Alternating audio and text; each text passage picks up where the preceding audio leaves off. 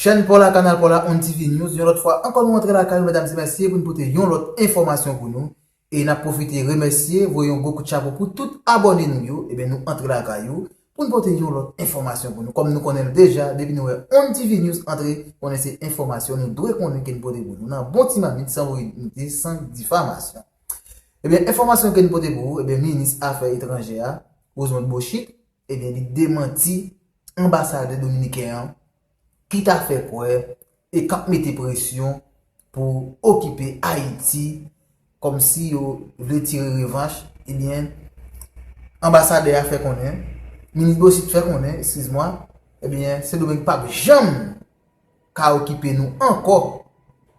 Il démentit formellement et c'est moment tout pour Haïtiens nous-mêmes, pour nous mettre tête nous ensemble et bien pour nous ouais, et bien qui ça qui va les pays nous gagner, qui va les monde qui bataille pour pays. Suivez avec n'a tourner pour plus commentaires, pour plus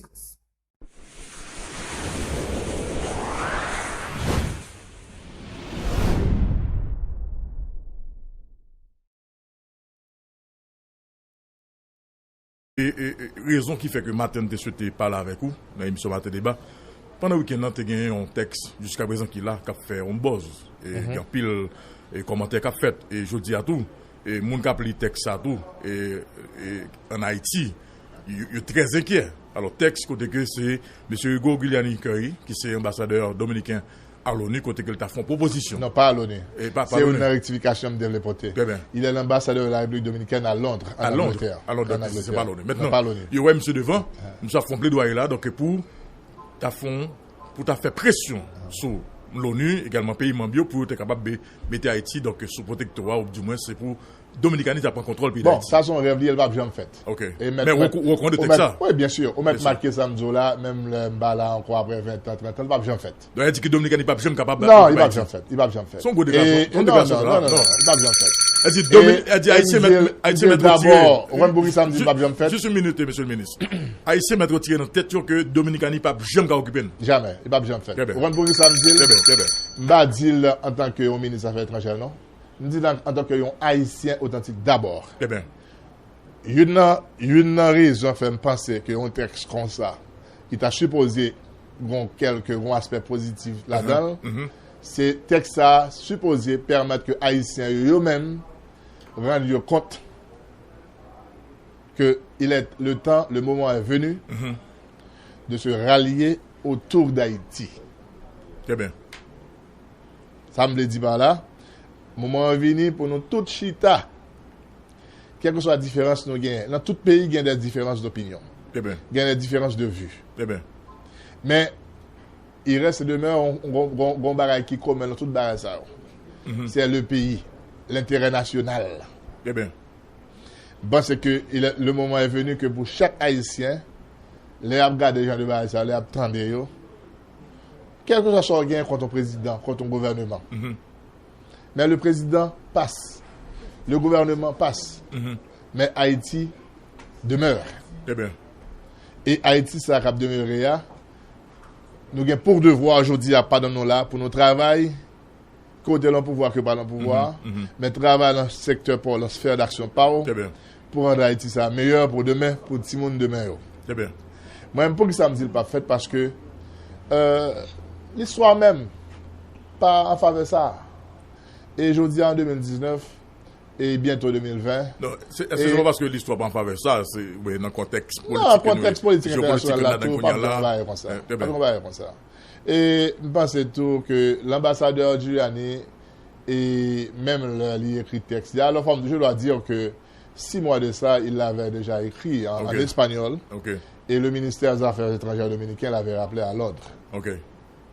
Et maintenant, il a récidivé. Le texte a été publié en anglais. Et une raison que je me fais commentaire sur lui, c'est parce que c'est un ambassadeur en fonction. En fonction, oui. C'est un officiel. C'est clair. Les affaires noté ici, mais que les tout, il est important. En effet. Et il m'a déjà demandé à l'ambassadeur des Nations Unies pour les rencontrer avec l'ambassadeur dominicain aux Nations Unies. Qu'il a déjà fait. Sous texte, là. Sous texte, là. Et qu'il a dit que ce n'est pas la position du gouvernement dominicain. Très bien. Et moi-même, j'ai eu une conversation téléphonique avec mon homologue dominicain, Rafael Vargas, Moi, je pour me rencontrer avec l'ambassadeur dominicain à Port-au-Prince. On croit que tout c'est des questions pour nous exprimer Clair. certaines préoccupations. Clair. C'est-à-dire que le gouvernement Parce que ça... Le gouvernement prend le très au sérieux. Bien sûr. On texte comme ça, on a créé un malaise OK. dans la relation de pays. Correct. Oui. Parce que même quand ce n'est pas un texte officiel du gouvernement dominicain, Parfait. mais c'est un officiel dominicain qui l'a écrit, moi, j'ai pour devoir comme ministre des Affaires étrangères, poser lié avec homologue, et demander, parler avec l'ambassadeur dominicain d'Haïti de l'article, du texte qui a été écrit, Très bien. et tenter ça à le penser. Et je sais, l'ambassadeur de Pradel va me dire la même chose, comme son collègue là-bas à New York. Très bien. C'est pas la position du gouvernement dominicain. Très bien. Mais même quand c'est pas la position du gouvernement dominicain, mais c'est un texte qui est publié par un officiel dominicain. Très bien.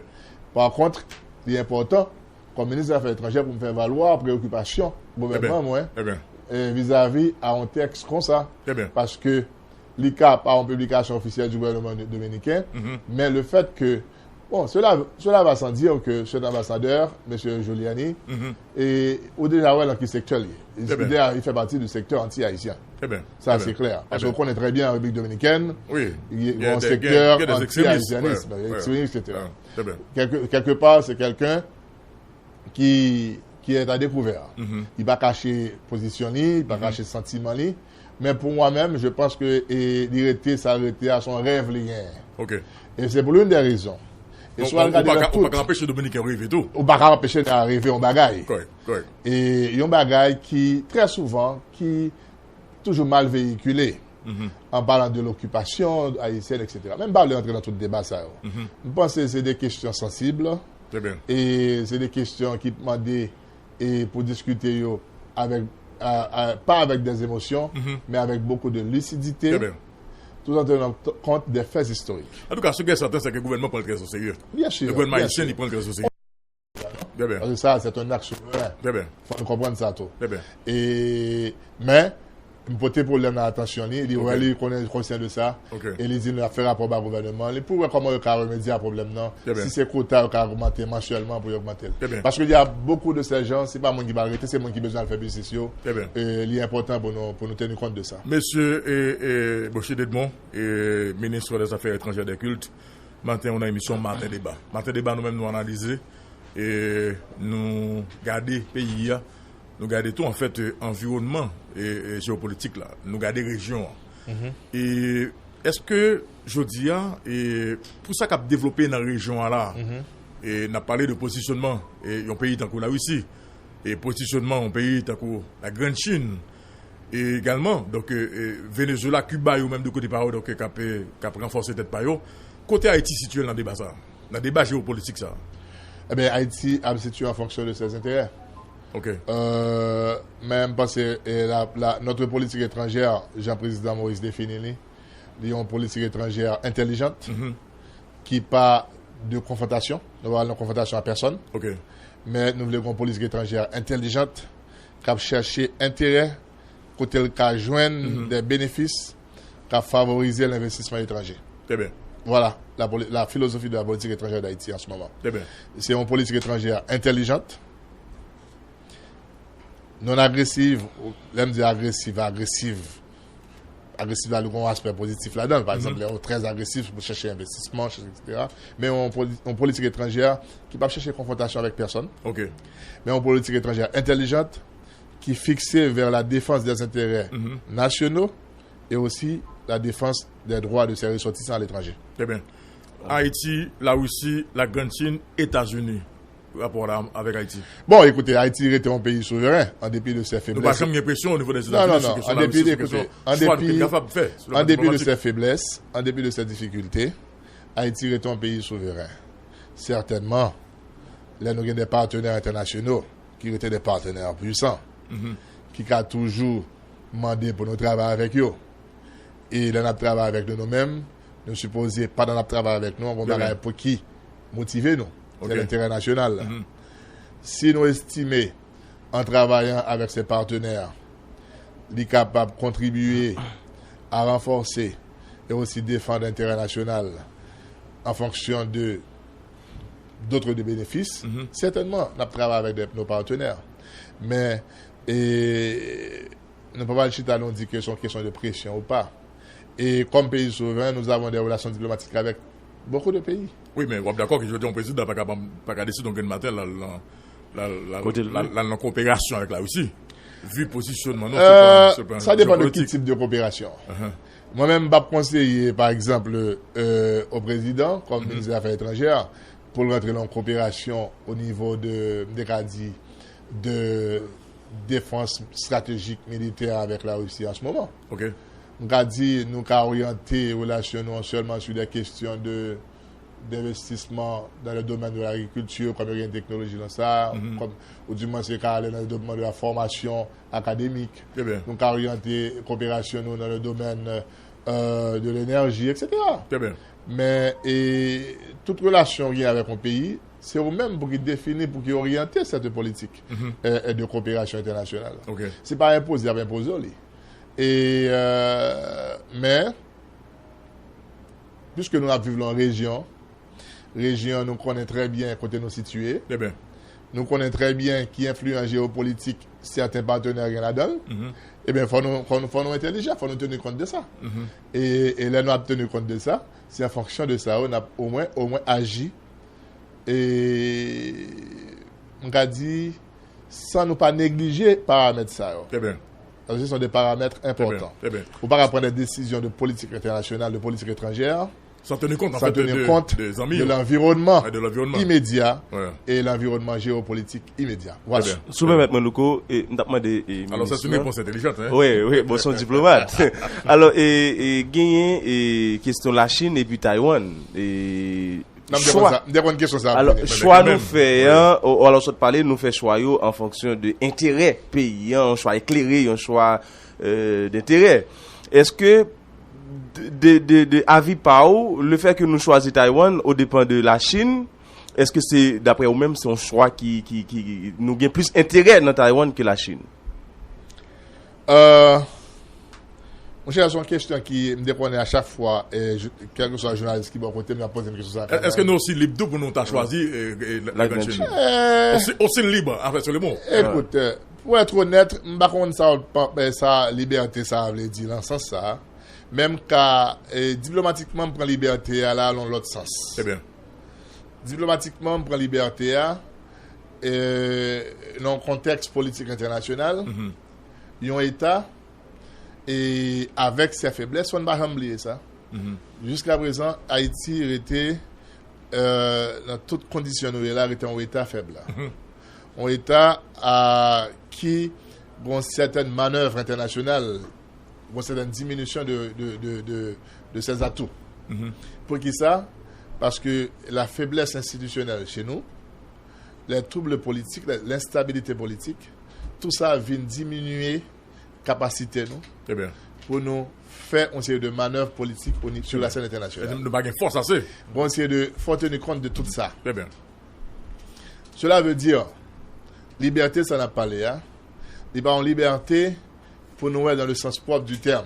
D'un matin, nous étions comme ça, le président prend une décision, il prend une décision comme ça, mais sans tenir compte des conséquences de sa décision.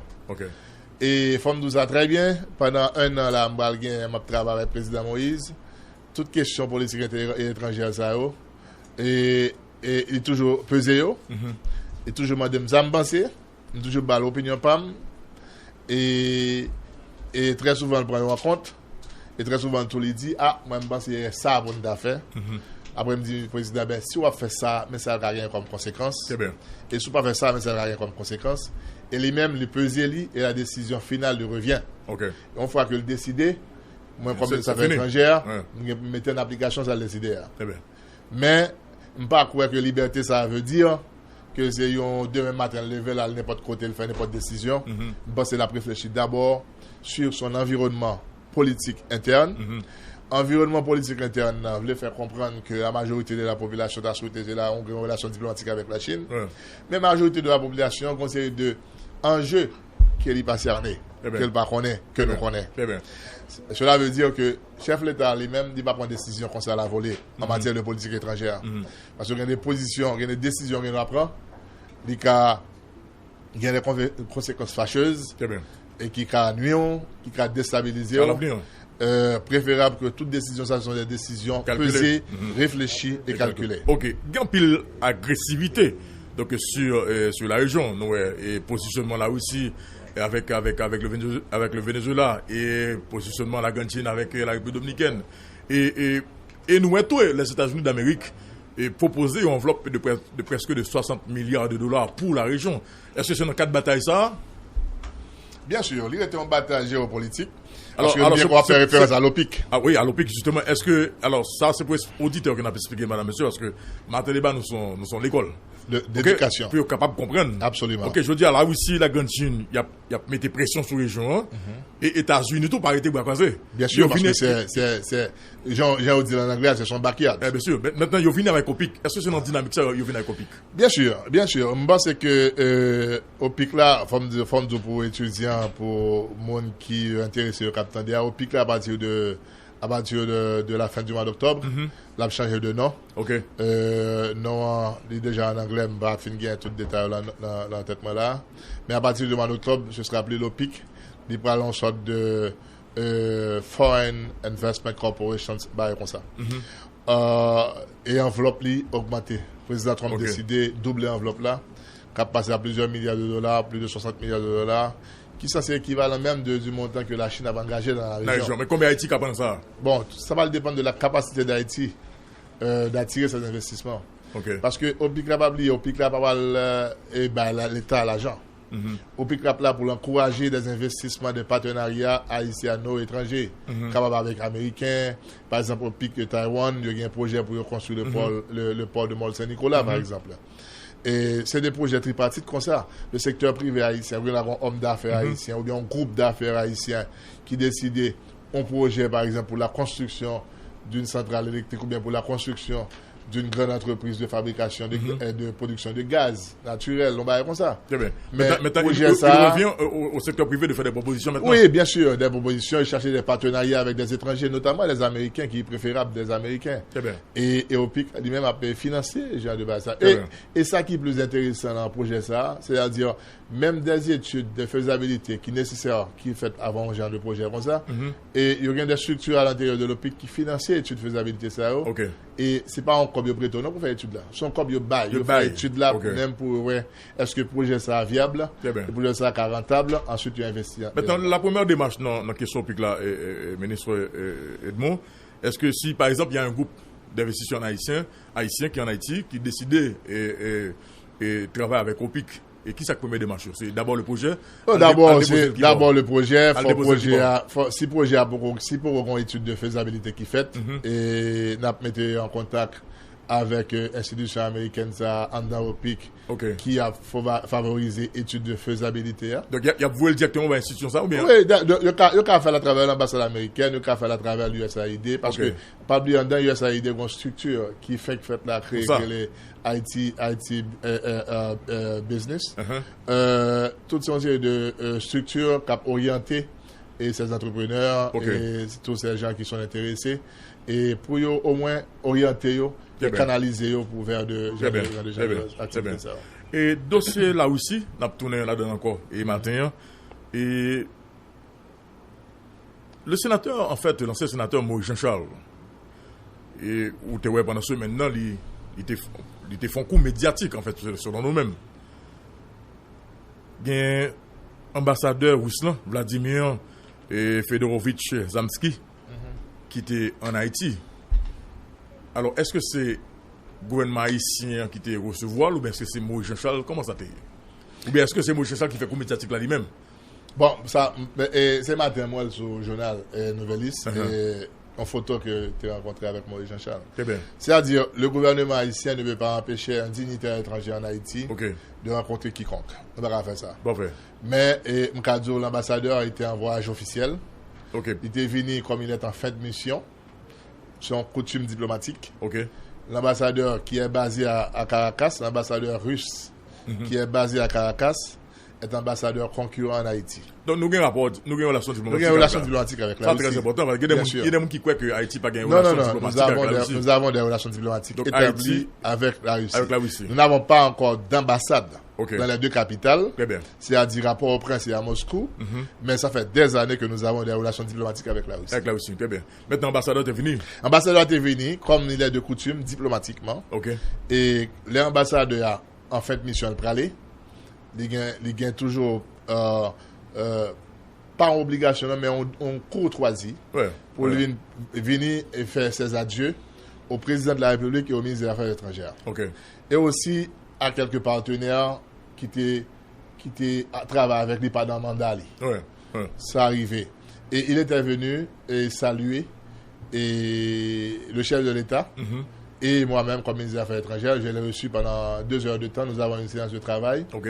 pour réviser et réévaluer les relations bilatérales et pour noter dans quelle mesure nous avons corrigé, qui ça a augmenté. Très bien. Et lui-même pour le faire rapport à son successeur, il est venu pour le connaître ce qui va se déraper. Très bien. Et je connais ça, je connais l'ambassadeur était là pour le faire adieu lui, parce que il est en fait de mission, il peut aller. Et c'est là que le rencontré avec. Bon, probablement c'est pendant son séjour, je crois qu'il a passé 3 jours en Haïti. Très bien. Et c'est pendant son séjour, probablement il a rencontré le sénateur. Très bien. Alors, et question, c'est que dans l'opinion, c'est que le gouvernement pas fait. Pas d'annoncer que l'ambassadeur a venu, pas de officiel. Nous pas de faire ça. Nous pas de faire ça. Un ambassadeur qui est en fin de mission, le fait qu'il est un ambassadeur qui est non résident, non résident veut dire qu'il n'est pas arrêté Port-au-Prince, il a un siège dans l'autre pays. Et ambassadeur a venu tout simplement